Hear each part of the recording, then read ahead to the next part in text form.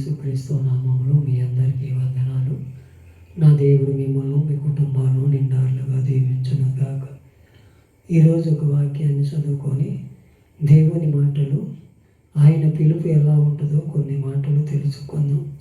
మనం ఆయన పిలుపులో ఉన్నామా లేదా అని కొన్ని దేవుని లేఖనాల నుంచి కొన్ని తెలుసుకొని ముందుకు సాగుదాం. అందరూ బైబిల్ ఉంటే తీసి చదవడానికి ఇష్టపడండి.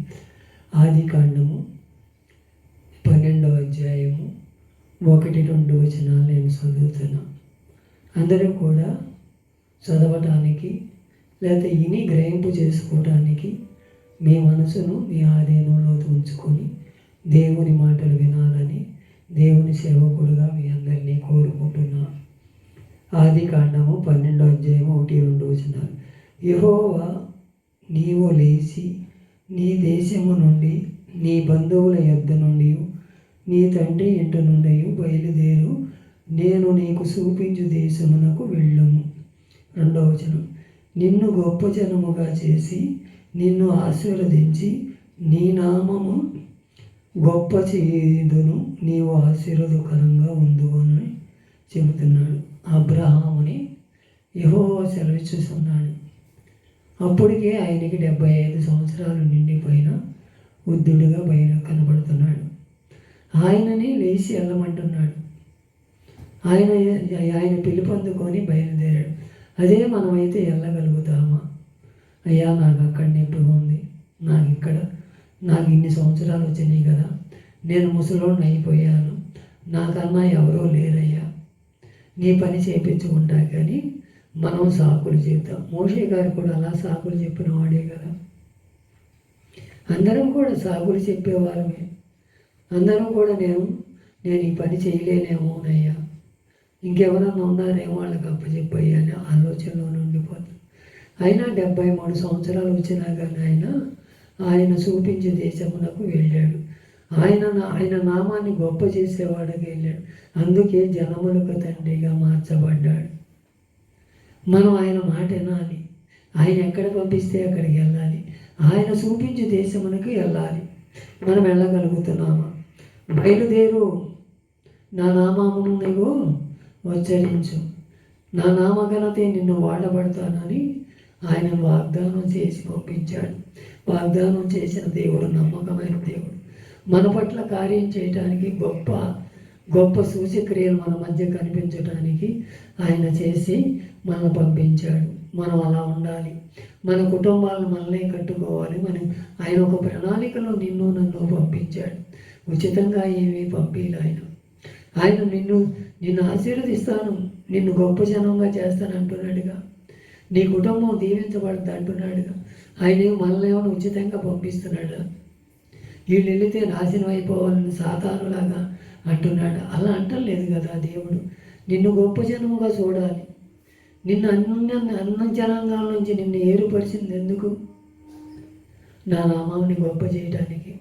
నువ్వు లేకపోతే ఇప్పుడు నువ్వు ఇదైపోయేవాడు అని లేఖనాలు తెలియపరుస్తున్నాయి.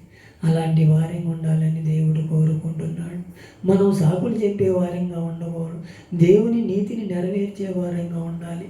ఆయన ఇచ్చే బహుమానం కోసం ఓపికతో పరిగెత్తాలి. మనకు ఆ ఓపిక ఉందా? మనం పరిగెత్తే శక్తి ఉన్నా కానీ పరిగెత్తలేమేమో. వాళ్ళతో పాటు నేను మాట్లాడలేనేమో, వాళ్ళతో పాటు నేను పాటలు పాడలేనేమో, వాళ్ళతో పాటు నేను వాక్యం చెప్పలేనని ఇతరుల గురించి పోల్చి అనుకోవద్దు. ఆయన అంటున్నాడు, నువ్వు చక్కగా నిలబడు, నేను నీకు ఏది కావాలంటే అది నీ నోటికి నేను బోరగా ఉంటాను. నువ్వు నడుచు మార్గంలన్నిటిలో నీ తోడై ఉంటాను. నువ్వు ఎక్కడికి వెళ్ళినా దీవించబడతావు, నువ్వు ఆశీర్వదించబడతావు అంటున్నాడుగా. ఆయన మనల్ని ఏమైనా గొప్ప జనంగా చేసి ఆశీర్వదిస్తాను అని నువ్వు ఆశీర్వాదకరంగా ఉండు అని అంటున్నాడుగా. మనం ఎందుకు అలా వెళ్ళలేకపోతున్నాము? ఇదే అనుకుంటున్నామేమో. లోతు కూడా అదే పరిస్థితి అయిపోయింది. లోతు కూడా సొదొమ గొమొర్రా మీద ఆశ పెట్టుకున్నాడు. అది రమ్యమైనదిగా, అది గొప్ప జనముగా కనపడింది. అక్కడ అందమైన దేశముగా, అక్కడ అన్నీ కూడా ఆశీర్వదకరంగా జరుగుతాయని ఆయన నిర్ణయం చొప్పున వెళ్ళాడు. ఏమైపోయాడు? శపించబడి భార్య పుస్తమమై ఉన్నది పోగొట్టుకొని ఆయన కూడా దిగసారిపోయి పిల్లలతో వ్యభిచారం చేయించుకునే స్థితికి వచ్చేసాడు. మన జీవితాలు కూడా అలాంటి స్థితిలో ఉంటున్నాయేమో, మన జీవితాలు కూడా మార్చుకోలేని స్థితిలో ఉంటున్నామేమో. మన కుటుంబం ఆశీర్వదించబడాలంటే మనం దేవుని పిలుపు అందుకోవాలి, దేవునిలో మనం నడవాలి. దేవుని దీవెనలు పొందుకోవాలంటే మనం కొన్ని ఆయన చెప్పిన మాటలు నడవాలి. ఆయన చెప్పిన బాటలో నడిస్తే నీతిని అనుసరించి నడుము, యథార్థమైన హృదయంలో నడుము. దేవుడు నీ పట్ల నా పట్ల కార్యం చేయడానికి ఇష్టపడుతున్నాడు. అలాగే నిర్మాకాండము 19వ అధ్యాయము 20వ వచనాన్ని యెహోవా సినాయి పర్వతం మీదకి, అనగా ఆ పర్వతం శిఖరం మీదకి రమ్మని మోషేను పిలవగా మోషే ఎక్కిపోయాను. మోషే ఎక్కిపోయాడంట. ఎప్పుడు? ఆయన పిలుపు అందుకున్నప్పుడు.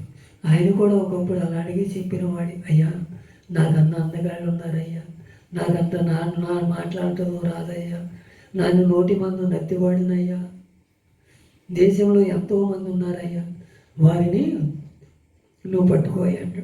వాళ్ళు కాదయ్యా, నువ్వు నాకు కావాలి, నీవు నాకు కావాలి అని నిన్ను నన్ను అడిగినట్టు ఆయన్ని అడిగాడు.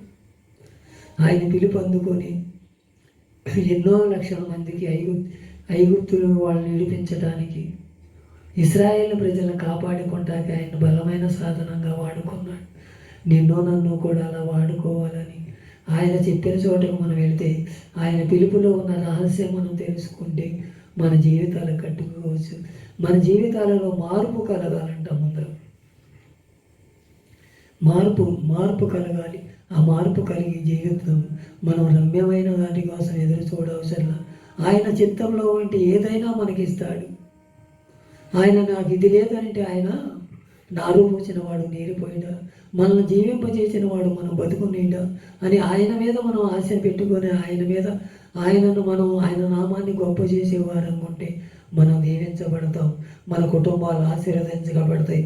మనం ఇంకా గొప్ప జనముగా చేస్తానని నీకు నాకు చెబుతున్నాడు. అలాంటి వారిగా ఉందాం. సినాయి పర్వతం మీదకి ఎక్కిళ్ళాడంట. మోషేకి ఎంత ధైర్యంగా వెళ్ళాడో చూడండి. ఆయన కూడా అలాగే పేతురును కూడా పడవ మీద నడవమంటే ధైర్యంగా ముందేసి 2 అడుగులు వెళ్ళగానే పిరికితనం వచ్చేసింది. మనం అలాంటి స్థితిలో ఉంటున్నామేమో. నన్ను రక్షించు, నన్ను రక్షించండి. దేవుడి మీద ఆధారపడితే ఇక మనం దేవుడి మీద ఆధారపడితే ఆయన ఏది చేయమంటే అది చేస్తే కదా మన జీవితాలు బాగుపడతాయి. పేతురు కూడా అయ్యా నేను నీ కోసం నా ప్రాణాన్ని ఇస్తాను ఎన్నో చెప్పాడు ఆయన అతను. ఆయన చనిపోయే ముందులో కోడిమే మునుపు నన్ను 3 సార్లు వెరగు అని చెబితే ఆయన నేను సావనైనా సత్తాగా నా మాట నన్ను అన్నాడు. చివరాఖరికి ఏమైంది? సిలువ వేసేటప్పటికి 3 సార్లు అబద్ధం ఆడాడు.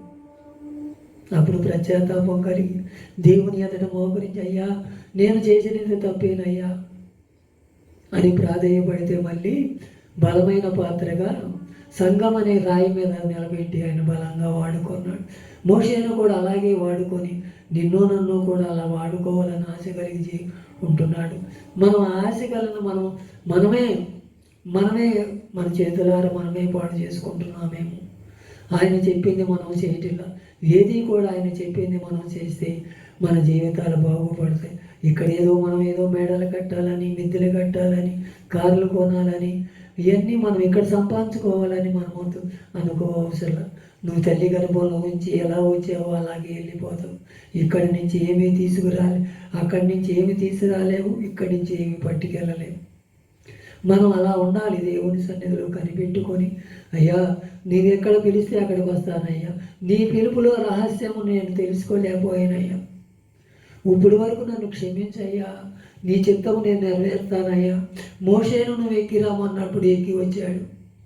అక్కడ ఇశ్రాయేలు ప్రజలను రక్షించడానికి ఆయన బలమైన సాధనంగా వాడుకొని, ఇక్కడ నా కుటుంబం అధోగతి పాలైపోతుంది, నన్ను వాడుకొని ఆయన నా కుటుంబాన్ని కట్టమని మనం ఎప్పుడైనా ప్రార్థన చేయగలిగితే, దావీదు కుమారుడా నన్ను దాటిపోవద్దయ్యా, నా కుటుంబం నశించిపోతుందయ్యా, నా ఇరుగు పొరుగు వారు నశించిపోతున్నారయ్యా, వారి గురించి అయ్యా నా దేశం అధోగతి పాలైపోతుందయ్యా, అది మనం ఎప్పుడైనా ప్రార్థన చేయగలిగితే దేవుడు ప్రార్థన ఆలకించి అంగీకరించి మన సమస్యలన్నీ ఆయన తీర్చగలడు.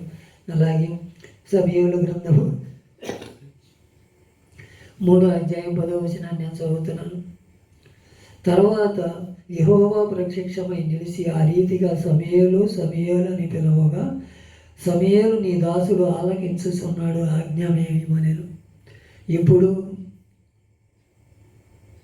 ఏలీ దగ్గరికి వెళ్తాడు. ఒకసారి పిలిస్తే, అయ్యా నువ్వేమన్నా పిలిచావా అని. నేను పిలవలేదు పలుకో అంటాడు. రెండోసారి కూడా అలాగే పిలుపు అందుకున్నాడు. మళ్ళీ వెళ్తాడు, అయ్యా నువ్వు పిలిచావని. నేను పిలవలేదు, వెళ్ళి పడుకో నాన్న అంటాడు. మూడోసారి అంటాడు. మూడోసారి పిలిస్తే కానీ ఏలీకి తట్టల. ఏలీ అంటాడు, నీ దాసుడు ఆలకిస్తున్నాడు, ఆజ్ఞనేమని. అప్పుడు వెళ్ళి మూడోసారి పిలిచినప్పుడు సమూయేలు సమూయేలు సమూయేలు అని అంటే, నీ దాసుడు ఆలకిస్తున్నాడు, ఆజ్ఞనేమన్నాడు. అప్పుడు ఏలీ యొక్క కుమారుల గురించి వాళ్ళ జీవితాలు ఎలా చిన్నభిన్నం అయిపోతాయో ముందరగా స్వప్నం ద్వారా తెలుసుకోగలిగాడు. మనం కూడా మన కుటుంబాలలో ఏదైనా అస్వస్థత ఉందా, మనకు ఏదైనా కీడు సంభవించుతుందా, అది ముందుగానే సిద్ధపరుస్తాడు, మన బయలుపరుస్తాడు. ఎప్పుడు మనం ఆయన సరిపెట్టుకొని ఉంటే, ఆయన పిలుపునందుకొని ఎక్కడ గడితే అక్కడికి వెళితే ఆయన రాజ్యానికి మనం వారసులు అవుతాయి. అలాంటి స్థితిగతుల్లో నిన్ను నన్ను చూడాలని ఆశపడుతున్నాడు యెహోవా. నీవు లేచి యెహోవా మనందరికీ సెలవిస్తున్నాడు, నువ్వు వెళ్ళి నీ కుటుంబాన్ని నువ్వు కట్టుకో, నీ జీవితాన్ని నువ్వు మార్చుకో. నీ జీవితాన్ని ఎవరో మార్చరు, ఎవరో వచ్చి నీ కుటుంబం గురించి ప్రార్థన చేయి. నీకు నువ్వుగా నడుము తట్టి కట్టుకొని నువ్వు బలమైన పాత్రగా వాడుకోమని దానియేలుని అలా పిలిచాడు. నిన్ను కూడా నన్ను కూడా అలా పిలిచి ఆయన రాజ్యానికి వారసులుగా చేయాలని ఆశపడుతున్నాడు. అబ్రహాములాగా దీవించబడదాం, అలాగే సమూయేలులాగా ఆయన చిత్తం నెరవేరుదాం. ఇట్టి కృప మనందరికీ దయచేయాలని, మనం నిండారులుగా దీవించబడాలని దేవుడి ఎదుట మనందరము కూడా భయభక్తులతో కూడికని ప్రార్థన చేసుకుందాం. ఇట్టి మాటలు దేవుడి విని